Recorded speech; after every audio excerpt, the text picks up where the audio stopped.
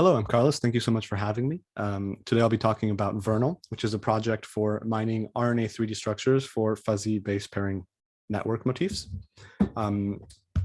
So just to start, I'm going to give some preliminaries. I'm sure we all know that RNA is a polymer formed by nucleotides which are connected by a backbone covalently, and base pairing interactions are non-covalent interactions which form along this chain and ultimately fold the RNA into a characteristic 3D structure, which I have shown down here, and consists of XYZ coordinates for every atom in this chain. So the reason we're so interested in this 3D structure is that it often carries information about important complex functions that we would very much like to understand. In order to understand it, we need to have good models of this 3D structure, and Leontis and Westhoff proposed a very useful model, especially in a computational perspective, by looking at many base pairing interactions at the 3D level, which I show in the top row, and noting that we can classify these into 12 possible geometric classes by looking at where the hydrogen bond forms in the base pair according to 3 different faces that we assign to each nucleotide. So we model each nucleotide as a triangle and label each face with an arbitrary identifier, and that gives us 12 possible ways that these base pairs can form. So this essentially gives us a discrete version of a full 3D structure, and it can tell us directly which interactions are most important in terms of the RNA structure, which ultimately drives function. The problem that we want to deal with specifically here is the RNA 3D motif problem, which says once we have a large set of RNA 3D structures solved through crystallography, NMR, or cryo-EM, we want to know which subparts of these RNA are conserved. This would tell us which parts of this data set that might be interesting for function or for evolutionary studies, when we don't know specifically what these do through experimental assays. So this would be a sort of data mining problem that can point us towards interesting functional regions of the RNA structural space. Now, if we try to understand these RNA as graphs, so where each node is a nucleotide and each edge is either a backbone or a base pairing interaction, this problem is NP hard. Why? Because we would need, in order to identify what we call motifs or groups of related RNA substructures, we would need to be able to search through all possible combinations of nodes, or all possible sets of nodes in our RNA graph data set. And we would also have to be able to compare these sets of nodes so that we can determine how structurally consistent they are and ultimately decide whether or not 2 subgraphs belong to the same motif family. Here I draw an example of 3 different motifs identified by an existing tool called Carnival. And so they found for each one of these subgraphs drawn many other instances of this specific structure. And what we note by seeing these 3 different motifs is that even though they're considered separate families entirely by Carnival, they actually have quite a bit of structural overlap. So what we would like to add with VeRNAl is a way to identify all of these 3, for example, as belonging to the same motif because they share some structural similarity. And this would be very important because RNA tends to be a highly flexible molecule. So we would expect a lot of variability in motifs while still being able to maintain general functionality. And also just the experiments themselves can have some noise, and we would like to be robust against that noise. In order to identify related substructures, we need a way of comparing them, like I said. And what we do for that is we use well-established graph kernel functions, which in our case compare pairs of rooted subgraphs. So on the left, here's an example of one rooted subgraph centered at or rooted at node U. And we can decide how big we want that subgraph to be by determining how many hops away from the center node we want to consider. So here's 2 hops. We can compare these or obtain a similarity score in this example very simply by counting the number of edge types at each respective neighborhood size. So these tables illustrate that counting process, and then we can come up with a very simple summation or aggregation of these to identify a final kernel score, where 1 would mean completely similar substructures and 0 completely dissimilar. What's nice about these kernel functions is that we can use them to encode RNA-specific properties. So the way that we compare these subgraphs can be aware of certain RNA priors. For example, we know that not all base pair types are equally different from each other. So we can encode this using things like the isostericity matrices. We can also encode evolutionary conservation or functional properties in many ways using kernel functions. And this will ultimately result in motif classes that reflect essential RNA properties.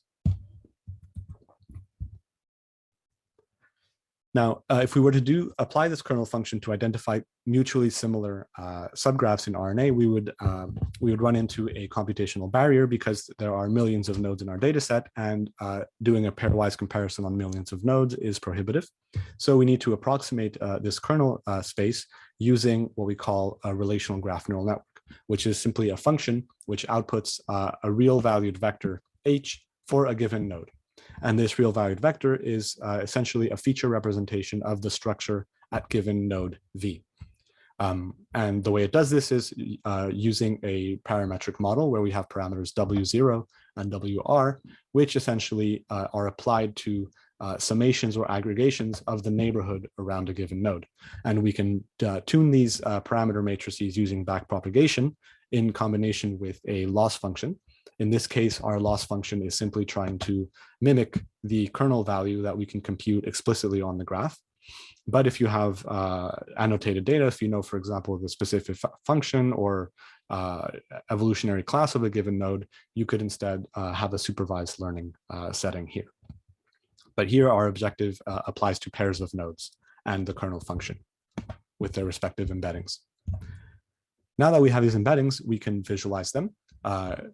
Here, every point is a dimensionality reduction of a larger dimensional space, so that we can roughly look at how similarities in this feature space actually match similarities in the graph space. So you can see these two neighborhoods are quite similar to each other, although not identical, and they're quite far apart in vector space from others that look a lot less similar. So this gives us our initial building block for actually finding motifs. Now, obviously, a motif is not really what a rooted subgraph of a fixed radius. It's actually it can be a subgraph of arbitrary size. So we need to go beyond these fixed size rooted subgraphs. So what we do is we propose a data structure called a metagraph, which starts with this Euclidean space that I showed earlier. We can apply a simple clustering function to group these nodes together by structural similarity, but essentially through the proxy of the vector embeddings. We need a way to somehow combine these when appropriate. So we encode in our data structure the presence or absence of connections between nodes that belong to the original graph. So even though nodes from different graphs can end up in different clusters, we can see from the original graphs whether or not they were connected, and we can add these as edges in this space. We then construct what's known as a metagraph, where each node essentially contains all nodes in our data set, whether they come from the same or from different RNA, that all share the same structural role. So in this case, A, B, C, and D, and edges that would show that there are connections between nodes of type A and B, which then would tell us that there might be motifs that combine roles A and B because they are mutually connected. So they represent a mutually connected subgraph. And by performing various operations on this data structure, we can then begin to propose motifs in an efficient manner, because we take advantage of the fact that this graph should be quite sparse. So we don't have to consider cases where, for example, there are nodes of type A and C. We know that they're never going to be connected, so we don't need to consider them in our search and comparison procedures. The first routine that we implement is called a subgraph search. So we are given a query subgraph Q, which I show here, and we want to return the set of subgraphs in our data set G that have some similarity to Q, with the most similar hits being given higher scores. The way we do that is we use our embedding function to quickly embed every node in our graph and identify corresponding meta nodes in our metagraph. And we can iteratively traverse the metagraph by adding existing nodes in our data set that match the types of nodes that the query contains. And this gives us an efficient procedure for basically in a fuzzy manner, so that our hits don't necessarily have to be identical to our query, return similar subgraphs very efficiently. So we tested this procedure by identifying existing motifs and trying to see where our query procedure would rank other instances of the existing motif. So we show here that on real instances, we get a success rate of almost 90%. And when we provide queries where we know the hits should not be ranked high, we don't provide a high success rate. So the final routine that we implement using the metagraph is actually discovering new motifs. And to do this, again, we iterate over the metagraph, identifying paths in it that contain a dense connectivity. And ultimately, this traces back to identifying subgraphs that have structural similarity.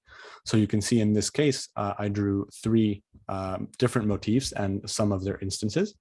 And we can see that the instances have visually quite a bit of structural conservation, although it's not perfect. So that gives us our fuzziness property. And we can also see that we've gone beyond the single rooted subgraph because I drew the cluster assignment of the embedding for each node in this subgraph. And we see that we've been able to merge 2 different structural roles into the same motif class and come up with a mutually consistent motif. In order to validate the outcome here, we use what's known as the graph edit distance, which is a gold standard yet very computationally expensive function for comparing arbitrary graphs. So we customize the graph edit distance to work with RNA graphs specifically, and we applied it to the motifs that we identify using our metagraph. We expect from this experiment that if we pick subgraphs from the same motif, so in this case, motif 138, let's say, that they would on average give us a low graph edit distance.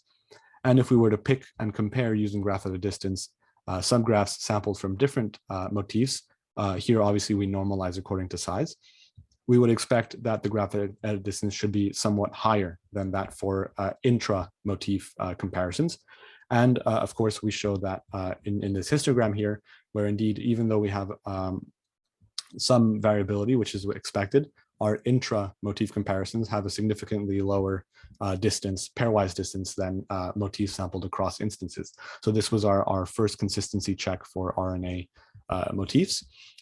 We also checked against existing motif databases to see if we were able to retrieve known motifs. So that is, if a motif was identified by another software or manually, that one of our motif instances contains as many of those known motif instances in them.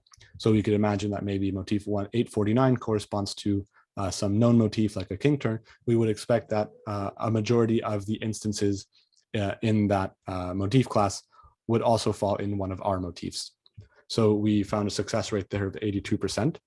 And for many motifs, so up to 1,148 in our runs, we did not find significant overlap with existing motifs, which suggests that these might be possibly novel motif classes, although we would need to perform some additional validation to see whether these match up well in 3D and have some external validation.